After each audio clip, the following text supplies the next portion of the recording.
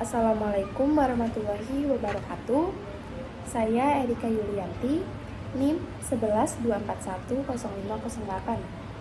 Di sini saya akan menuntaskan tugas UTS matkul berpikir kritis, yaitu menanggapi video yang berjudul Indonesia Gelap, daftar pabrik yang bangkrut di era kepemimpinan Prabowo, seperti PT Sritek, PT Sanken, PT GMI, dan juga PT YMPA.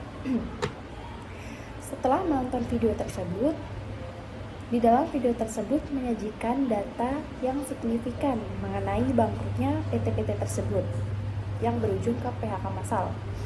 Dan setelah mencari informasi tambahan dengan meriset melalui internet mengenai faktor-faktor yang menyebabkan bangkrutnya PT tersebut, seperti akumulasi utang yang besar, permintaan pasar yang menurun, dan juga relokasi pabrik ke negara lain. Kita akan bahas satu persatu. Yang pertama ada PT Sritek. Di era kepemimpinan Prabowo ini, Indonesia mengalami tantangan yang signifikan di dalam sektor industri, terutama terkait bangkrutnya pabrik-pabrik besar yang berujung ke PHK massal. Salah satu contoh yang paling mencolok yaitu PT Sritek. PT Sritek bangkrut akibat adanya utang sebesar 16 miliar US dollar atau setara dengan 24 triliun ke 27 bank dan 3 perusahaan pembiayaan. Pada Januari 2025, tim kreator menyebutkan bahwa tagihan utang PT Sritek ini sebesar 32,6 triliun. Itu sudah termasuk afiliasi Sritek Group. Nah, hal ini menunjukkan bahwa manajemen keuangan PT Sritek ini kurang bijak, di mana terlihat bahwa perusahaan terlalu ekspansif tanpa mitigasi risiko yang memadai, sehingga risiko yang terjadi ini dapat menggagalkan tujuan perusahaan yang ingin dicapai. Nah, ini pembelajaran bagi kita semua bahwa pertumbuhan bisnis itu memerlukan kontrol utang dan juga manajemen risiko yang cermat, sehingga risiko yang terjadi ini tidak akan menggagalkan tujuan yang ingin dicapai perusahaan. PT Sritek ini juga bukan termasuk PT biasa ya. PT Sritek ini merupakan pabrik tekstil raksasa nasional yang menyerap ribuan pekerja secara langsung dan tidak langsung. Nah, akibat dari bangkrut ini, banyak pekerja yang terkena PHK massal yang berdampak besar bagi para pekerja dan juga UMKM sebagai mitra rantai pasok. Nah, angka pengangguran di Indonesia juga semakin meningkat, sehingga dapat menyebabkan daya beli masyarakatnya menurun karena tidak adanya pemasukan bagi pekerja yang terkena PHK tadi. Nah, itu menunjukkan bahwa satu entitas bisnis besar dapat memengaruhi ekosistem ekonomi lokal secara sistemik. Dan dalam kasus tersebut juga tercermin bahwa banyak pekerja yang tidak memiliki perlindungan yang memadai ketika perusahaan menghadapi krisis. Banyak pekerja yang terkena PHK tanpa keterampilan alternatif. Ini menunjukkan bahwa pentingnya program pemerintahan dan juga swasta untuk melakukan pelatihan ulang atau reskilling dan juga menambah keterampilan agar pekerja tersebut masih bisa mendapatkan peluang di sektor lain. Nah, hal ini juga sangat menginspirasi kami sebagai mahasiswa untuk mendorong model pendidikan yang adaptif dan aplikatif. Adaptif di sini yaitu maksudnya menyesuaikan diri dengan zaman, teknologi, dan juga kebutuhan dunia kerja. Dan aplikatif di sini yaitu fokus pada penerapan secara langsung, bukan hanya teori saja. PHK massal ini menjadi alarm bahwa stabilitas pekerjaan tidak bisa dijamin banyak dengan bergabung ke perusahaan-perusahaan atau pabrik-pabrik besar. Tetapi kita harus membekali diri kita sendiri dengan keterampilan tambahan, literasi keuangan, dan juga kewirausahaan agar kita siap menghadapi dunia kerja yang tidak pasti. Menanggapi krisis ini, Presiden Prabowo langsung menginstruksikan kepada kabinet-kabinetnya untuk mencari solusi agar PT Sritek ini tetap berjalan dan tidak ada PHK massal. Menteri Ketenagakerjaan Yusril menyatakan bahwa pemerintah itu sangat concern agar PHK tidak terjadi dan Sritek harus tetap berproduksi seperti biasa. Selain itu, pemerintah juga menyiapkan insentif untuk sektor padat karya guna mencegah PHK lebih lanjut. Namun, meskipun upaya penyelamatan dilakukan, dampak dari kebangkrutan pabrik-pabrik besar lainnya seperti PT Sanken, PT GNI, dan juga PT IMK ini masih terasa ya. Dan pada Maret 2025, pemerintah menargetkan menciptakan 2,9 juta lapangan kerja sebagai bagian dari strategi pemulihan ekonomi dan ketenagakerjaan Indonesia. Secara keseluruhan, meskipun Presiden Prabowo telah mengambil langkah-langkah besar, tetapi tetap ada tantangan baru. Kebijakan yang lebih proaktif dalam melindungi industri lokal dan pekerja dilakukan untuk mencegah krisis serupa di masa depan. Yang kedua ada pabrik Sanken. Penutupan PT Sanken di Indonesia di kawasan MM 2100 Cikarang pada Juni 2025 menjadi salah satu peristiwa penting yang mencerminkan tantangan besar dalam sektor industri manufaktur Indonesia.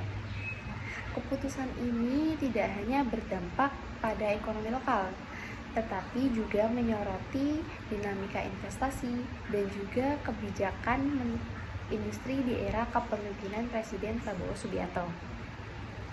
Menurut Kementerian Perindustrian, Kemenprin, penutupan pabrik ini disebabkan oleh permintaan dari perusahaan induk di Jepang untuk memindahkan lini produksi ke Jepang guna fokus pada industri semikonduktor.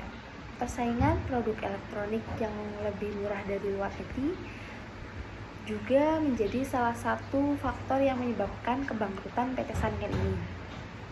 Selain itu, tingkat utilasi atau ukuran besar kapasitas yang tersedia dari sumber daya seperti mesin, pekerja, atau tenaga kerja, dan juga fasilitas pabrik yang rendah, hanya sebesar 14% pada tahun 2024, yang menjadi faktor pendukung keputusan ini. PT Sanken juga menutup pabriknya yang mengakibatkan ada 459 buruh Sanken yang terkena pemutusan hubungan kerja massal. Rata-rata usia pekerja tersebut yaitu 30-40 tahun dengan pengalaman 15 tahun masa kerja mereka. Mereka bukan hanya kehilangan penghasilan, tapi juga harus memulai dari nol dalam usia yang sudah tidak mudah lagi untuk mencari pekerjaan. Nah, hal tersebut berpotensi menciptakan angka pengangguran baru dan memperbesar tekanan sosial khususnya di kawasan industri seperti Cikarang. Sebagai mahasiswa yang sedang menyiapkan diri untuk masuk ke dunia kerja, hal ini tentu menjadi kekhawatiran sendiri. Bagaimana tidak?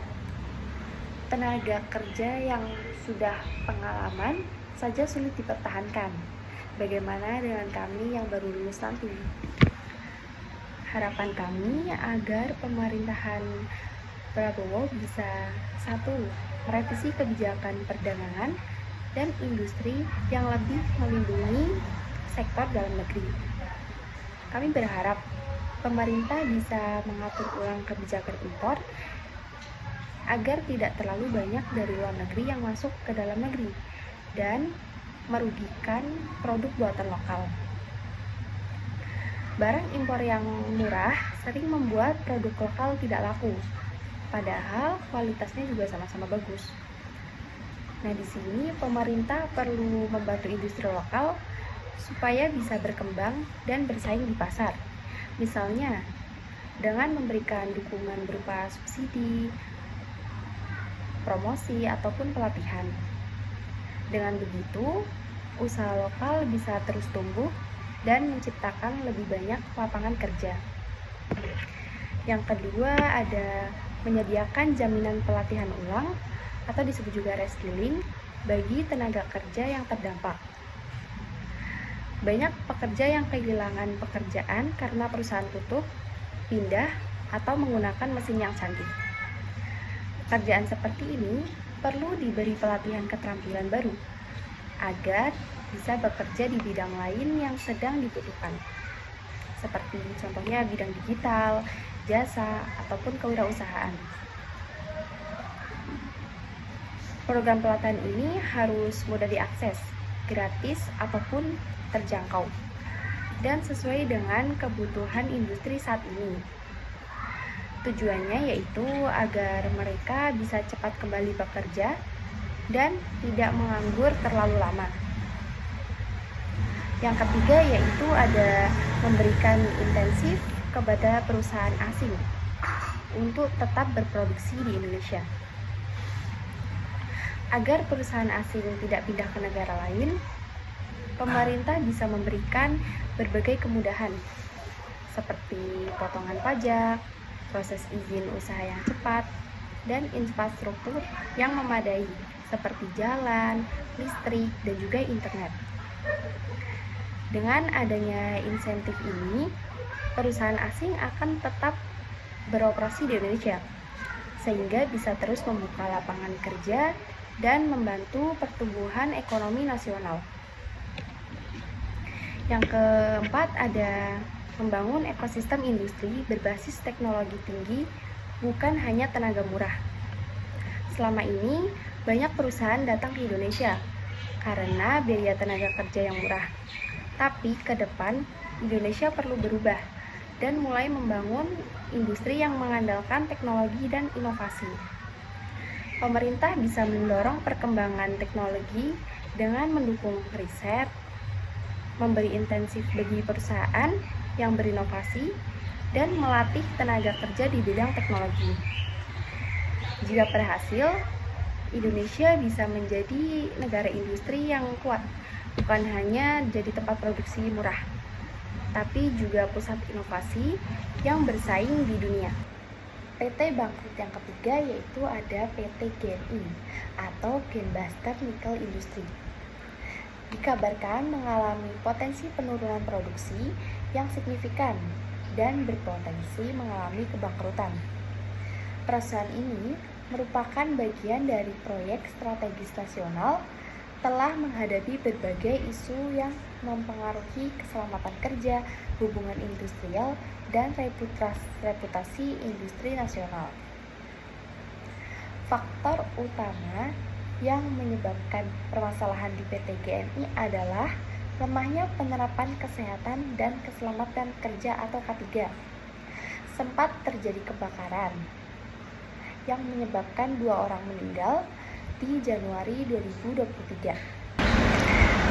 Dan juga adanya laporan mengenai buruknya kualitas APD yang hanya diberikan 1 set per tahun, yang berbeda dengan standar industri lainnya. K3 yang tidak diterapkan dengan baik itu dapat menyebabkan kecelakaan kerja yang akhirnya merugikan karyawan dan perusahaan. Tentu, apabila terjadi cedera yang serius akibat buruknya penerapan K3 dapat mengganggu operasional perusahaan dan juga menurunkan reputasi perusahaan itu sendiri. Perusahaan juga harus mengeluarkan biaya untuk menanggung pengobatan akibat adanya kecelakaan kerja dari faktor internal tersebut, dan bisa juga berpotensi terkena denda jika ada pelanggaran terhadap peraturan pemerintah mengenai K3. Faktor lainnya yaitu juga ada ketegangan antara pekerja lokal dan tenaga kerja asing. Bentrok yang terjadi pada Januari 2023 antara pekerja lokal dan tenaga kerja asing asal Cina dipicu oleh perselisihan terkait tuntutan kenaikan upah dan kondisi kerja yang tidak memadai. Aksi mogok kerja yang dilakukan oleh pekerja lokal mendapat respon dari tenaga kerja asing yang berusaha menghalangi demonstrasi tersebut, yang kemudian berujung pada bentrokan dan kerusakan fasilitas perusahaan. Nah, harusnya solusi dari kejadian tersebut adalah perusahaan harus memastikan bahwa melibatkan komunikasi yang terbuka antara semua pihak.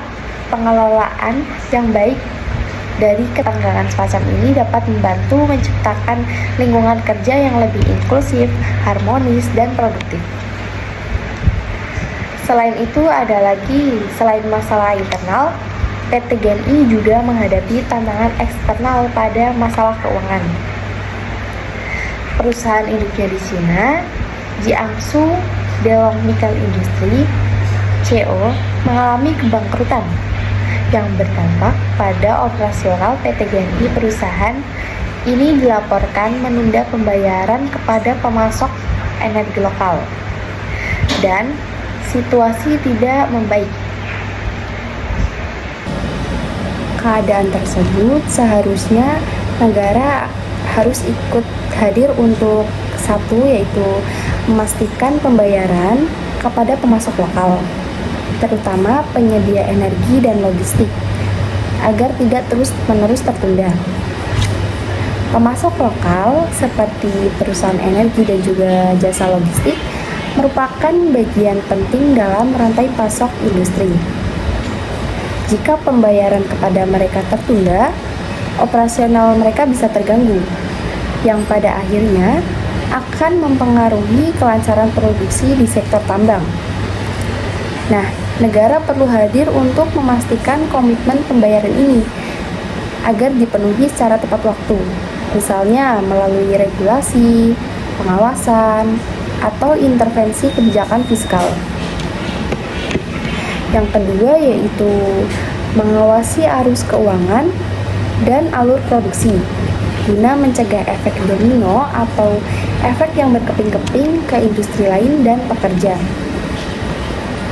Ketika satu bagian dari rantai industri terganggu, seperti keterlambatan produksi atau krisis keuangan internal perusahaan, dampaknya itu bisa meluas ke industri lain yang terkait. Nah, itu yang dinamakan efek domino. Misalnya nih, keterlambatan produksi tambang bisa mengganggu pabrik, pengolahan, distribusi, dan juga ekspor. Selain itu, para pekerja bisa terdampak karena adanya pemutusan hubungan kerja atau pemangkasan upah. Oleh karena itu, negara perlu mengawasi alur keuangan dan proses produksi secara menyeluruh untuk mencegah krisis yang lebih besar. Pengawasan terhadap arus keuangan dan alur produksi ini juga penting untuk menjaga stabilitas ekonomi nasional. Ketidakseimbangan pada suatu sektor, misalnya karena salah kelola dana atau gangguan logistik, bisa menimbulkan ketidakpastian pasar, menurunkan kepercayaan investor, dan memperlambat pertumbuhan ekonomi. Selain itu, jika perusahaan tidak diawasi secara ketat, potensi terjadinya praktik tidak transparan atau penyalahgunaan dana juga meningkat, yang pada akhirnya bisa menyebabkan kebangkrutan atau krisis likuiditas. Dalam konteks global, gangguan ini juga dapat mengganggu posisi daya saing Indonesia di pasar internasional. Oleh karena itu, pengawasan yang baik menjadi kunci untuk mendeteksi masalah sejak dini dan mengkoordinasikan respon yang cepat dan terukur.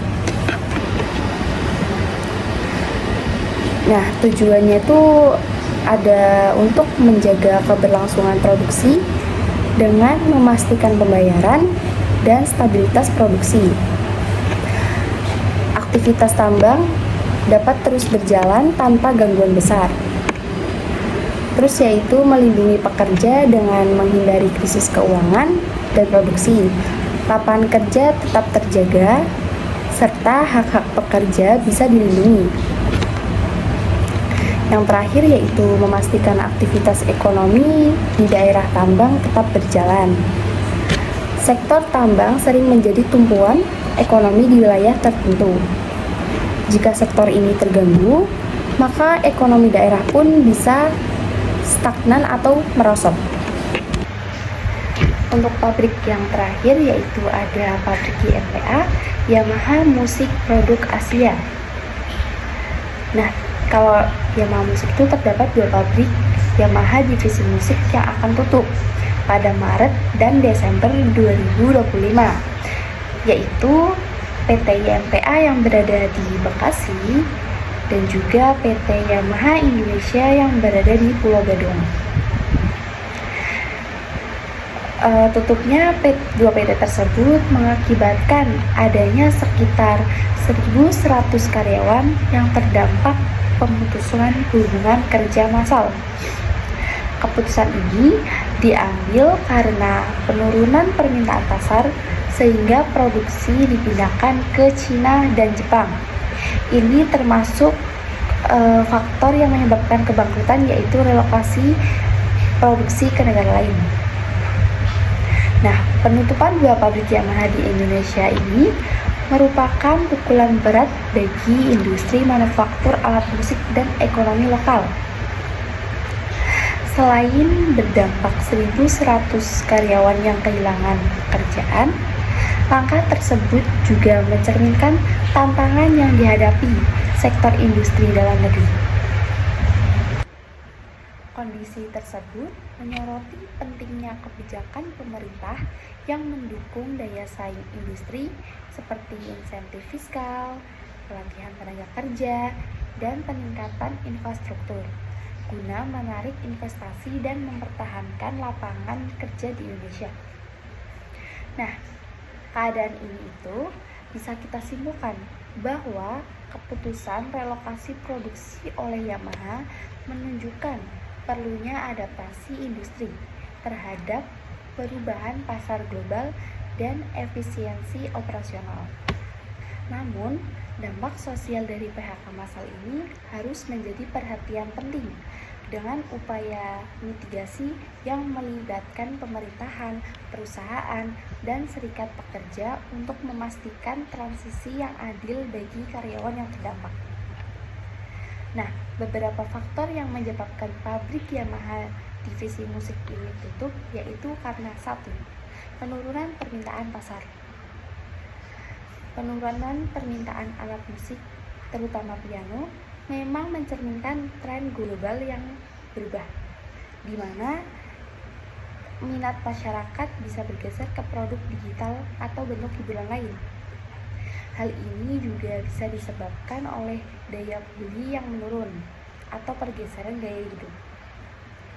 Untuk itu, perusahaan harus bisa memulai memproduksi alat musik lain yang lebih sesuai dengan tren masa kini. Contohnya seperti alat musik digital, MIDI, controller, atau instrumen portable.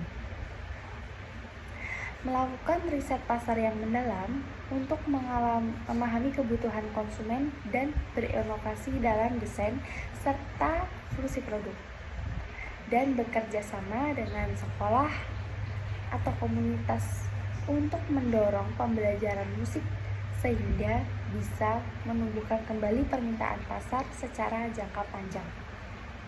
Yang kedua, ada efisiensi produksi yang menurun. Relokasi ke negara dengan biaya produksi yang lebih rendah adalah langkah bisnis yang rasional. tapi menimbulkan konsekuensi sosial dan ekonomi besar di Indonesia. Artinya, Indonesia harus berbenah jika ingin tetap jadi basis produksi.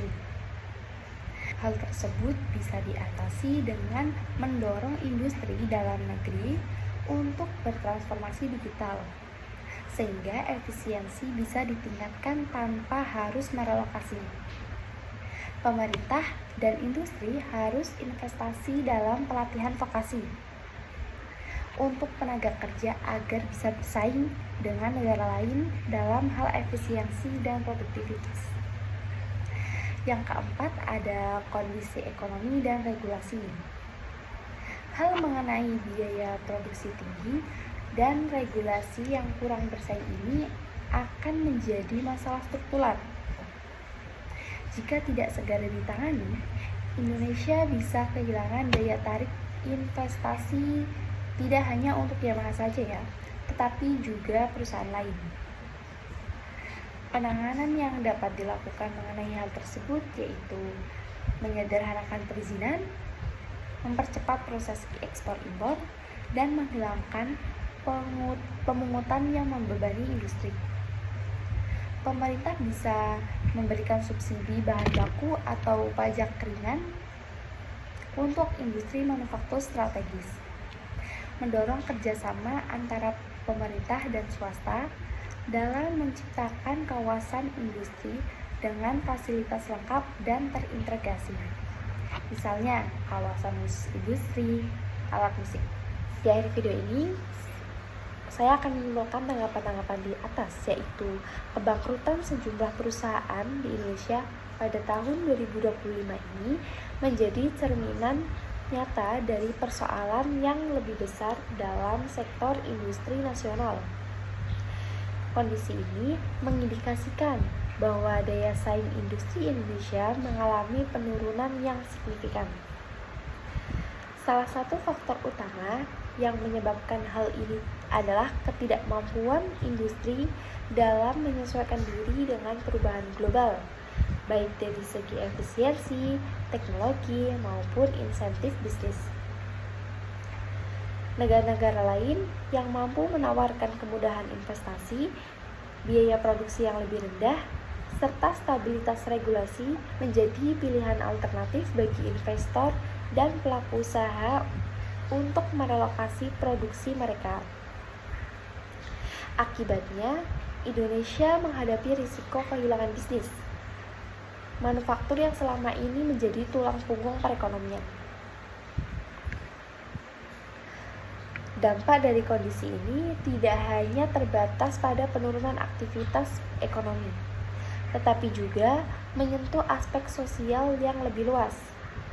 Fenomena secara besar-besaran menunjukkan bahwa kegagalan sektor industri berdampak langsung pada kehidupan masyarakat, terutama pekerjaan dan keluarganya. Ini menjadi pengingat bahwa kebijakan industri tidak boleh hanya berorientasi pada pertumbuhan ekonomi semata, tetapi juga harus mempertimbangkan dimensi kesejahteraan sosial. Untuk itu, diperlukan solusi yang bersifat komprehensif dan jangka panjang. Reformasi kebijakan industri menjadi langkah awal yang sangat penting. Pemerintah perlu merancang kebijakan yang lebih adaptif, mendorong iklim usaha yang sehat, serta menghilangkan hambatan birokrasi yang memperlambat laju investasi dan pertumbuhan industri. Di sisi lain, inovasi dan efisiensi harus menjadi prioritas utama. Industri dalam negeri perlu didorong untuk mengadopsi teknologi baru, meningkatkan kualitas produk, serta membangun sistem produksi yang lebih kompetitif di pasar global. Tak kalah penting, perhatian terhadap tenaga kerja yang terdampak juga harus menjadi bagian dari solusi. Perlindungan sosial, program pelatihan ulang atau reskilling, serta dukungan untuk transisi ke sektor lain merupakan langkah konkret yang perlu diambil agar pekerja tetap memiliki kesempatan di tengah perubahan ekonomi. Situasi ini seharusnya menjadi momentum dan titik balik bagi pemerintah, pelaku usaha, dan pemangku kepentingan untuk memperkuat kembali fondasi ekonomi nasional. Indonesia tidak bisa lagi bergantung hanya pada daya tarik upah murah, melainkan harus membangun keunggulan kompetitif yang berkelanjutan. Dengan langkah yang tepat dan terkoordinasi, krisis ini bisa menjadi peluang untuk transformasi ekonomi yang lebih kuat dan inklusif ke depannya. Terima kasih. Itulah tanggapan dari saya mengenai video yang berjudul Indonesia Gelap. Wassalamualaikum warahmatullahi wabarakatuh.